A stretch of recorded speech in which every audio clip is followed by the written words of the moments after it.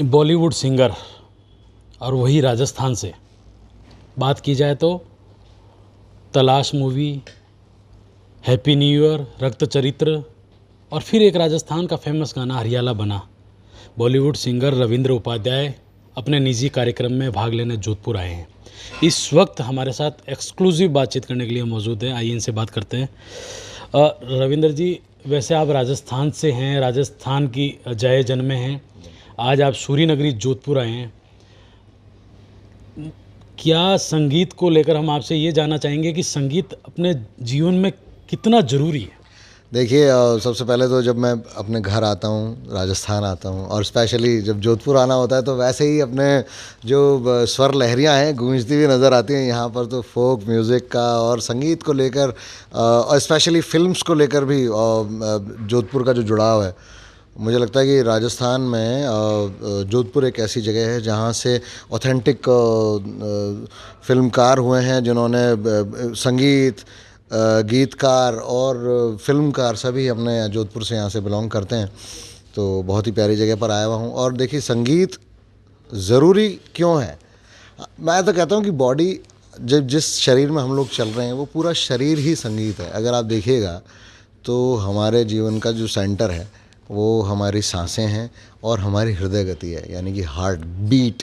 अब देखिए, ये टेक्निकल टर्म आ गया, हार्ट बीट। और ये बीट जो शब्द है, बीट हम हमारे म्यूज़िक में भी जो है लय जो होती है ना, उसको हम लोग बीट के बारे में। तो मैं तो कहता हूँ कि संगीत हमारे शरीर में ही बसा हुआ है। सांसें आती रहती हैं, सांसें निकलती हैं, हृदय गति धक धक धक एक लय में चलती है। तो म्यूज़िक तो मैं तो कहता हूँ कि मनुष्य के जीवन का एक अभिन्न पार्ट है। और मैं अपने आप को भाग्यशाली समझता हूँ कि मैं राजस्थान का रहने वाला हूँ और संगीत की सेवा कर पा रहा हूँ। तो मेरे लिए बहुत बड़ी बात है। दर्शक ये जानना चाहेंगे कि रविंद्र उपाध्याय शुरुआत कहाँ से हुई और इस म्यूज़िक में आने के लिए किसका एक मतलब जिनको आदर्श मानते हैं कि उनकी वजह से मैं आज इस मुकाम पे हूँ?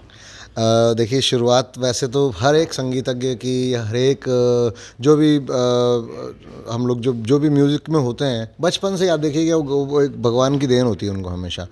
तो शुरुआत तो बचपन से ही हुई। और घर में पढ़ाई लिखाई का बड़ा तगड़ा वाला माहौल था। मेरे पिताजी क्योंकि न्यायिक अधिकारी थे और बहुत सख्त अनुशासन वाला हम लोग लाइफ हमारे यहाँ घर पे होती थी।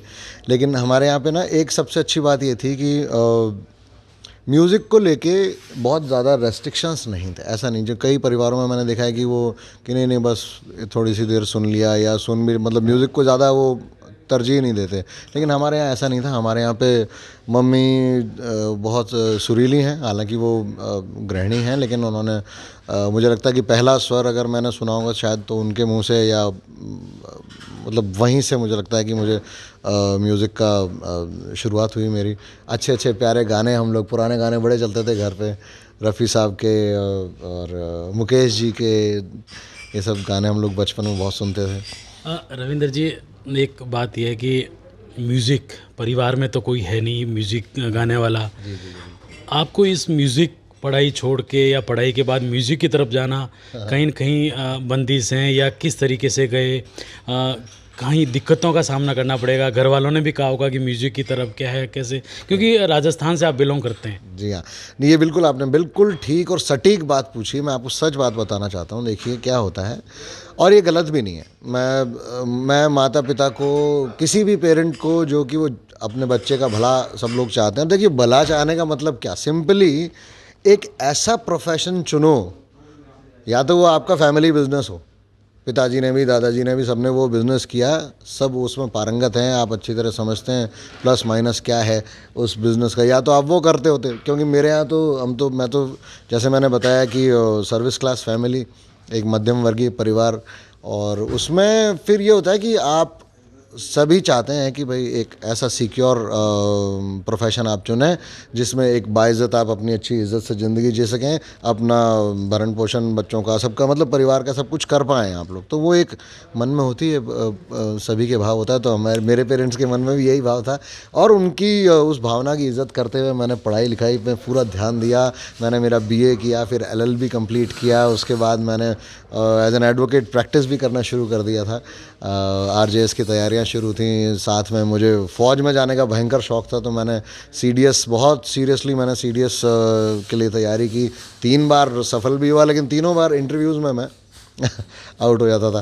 तो सिचुएशन इसी तरह की थी। मैं आपको सही बताऊं कि मैंने कभी ऐसा सोचा नहीं था कि जो शौक़ मेरा है वो कभी मेरा प्रोफेशन बन पाएगा। ये मतलब मैं बहुत कम लोग ऐसा कहते हैं। अब देखिए, मुझे 17-18 साल हो चुके इस प्रोफेशन में पूरी तरह से आए हुए, लेकिन मैं फिर भी यही कहता हूँ कि जब तक मैं चैनल वी सुपर सिंगर नहीं जीता था, उससे पहले पहले तक भी काफ़ी सारे मैंने कॉम्पिटिशन्स वगैरह, सारेगामा वगैरह सब में गया हूँ, मैं सब कुछ किया है मैंने, लेकिन मेरी कभी हिम्मत नहीं हुई कि मैं मुंबई चला जाऊँ क्योंकि सही बात यह है कि वो दौर ऐसा था कि जबकि म्यूज़िक प्रोफेशन को एक सिक्योर प्रोफेशन नहीं मानता था कोई, समझ में नहीं आती थी।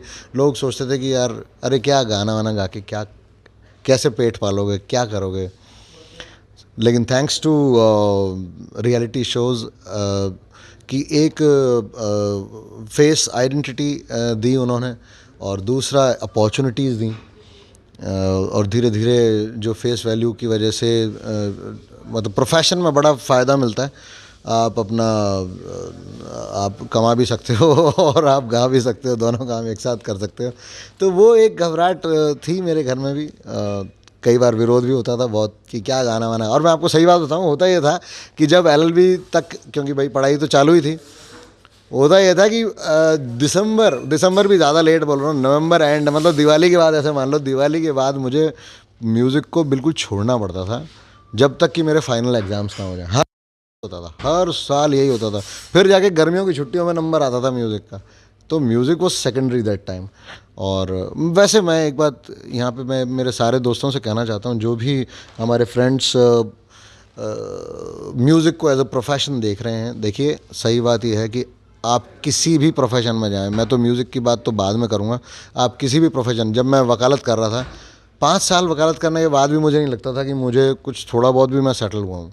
सो इट टेक्स टाइम। आप चाहे सीए हैं, आप लॉयर हैं, आप डॉक्टर हैं, आप एक प्रोफेशनल चाहे एडवाइज़र हैं, कुछ भी हैं, आप जो भी काम करते हैं प्रोफेशनली, इट टेक्स टाइम। अरे मैं तो कहता हूँ कि सिंपली आप एक दुकान चालू कीजिए ना, आपको लगेगा नहीं कि 5-7 साल में भी आपका हिसाब किताब आप पूरी तरह जम गए हो। तो आप कहीं भी कुछ भी करें, लगन से करें, समय दें, अपनी एक अलग पहचान बनाएं, क्योंकि पहचान बनने में टाइम लगता है। रविंद्र जी, जिस तरीके से राजस्थान ने अच्छे बड़े सिंगर दिए हैं, बात की जाए सवाई भाट, मामे खां, स्वरूप खां, और उनमें आपका भी नाम है, तो मैं एक ये जानना चाहूँगा कि जो राजस्थान का यूथ है वो सिंगिंग की तैयारी करता है या तो क्या मुंबई पहुंचने के लिए कितनी मशक्क़त करनी पड़ती है, या उन नए युवा जो सिंगर्स हैं उनके लिए कोई आपकी तरफ से कुछ टिप्स?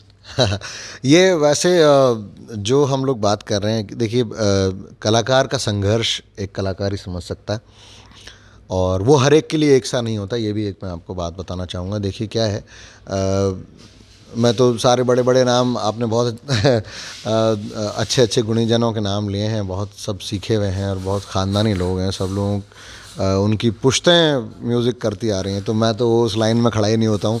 मैं तो एक तरह से एलियन हूँ इस प्रोफेशन में। मैं अपने आप को उतना उन लोगों के साथ कंपेयर नहीं कर सकता, क्योंकि वो सब ख़ानदानी लोग हैं, उनके कई सदियों से वो लोग सेवा करते आ रहे हैं म्यूज़िक की। तो मुझे नहीं लगता कि मैं उतना ज़्यादा मैं नहीं कर सकता। लेकिन हाँ, एक चीज़ है, कल ही मेरे एक बहुत ही अजीज़ दोस्त से मेरी बातचीत चल रही थी, और उन्होंने मुझे यही क्वेश्चन किया था कि छोटी शहर का लड़का अगर कुछ म्यूज़िक में करना चाहता है, अगर वो बड़े शहर में होता तो शायद उसको जल्दी कुछ मिल जाता। मैं कहता हूँ कि देखिए, संघर्ष तो चाहे बड़े शहर, आप मुझे बता दीजिए सिर्फ लोकल मुंबई से कितने प्लेबैक सिंगर्स हैं, लोकल मुंबई कर, बताइए ना। क्वेश्चन वो नहीं है, क्वेश्चन है आपकी अपनी क्षमता, आपकी एबिलिटी।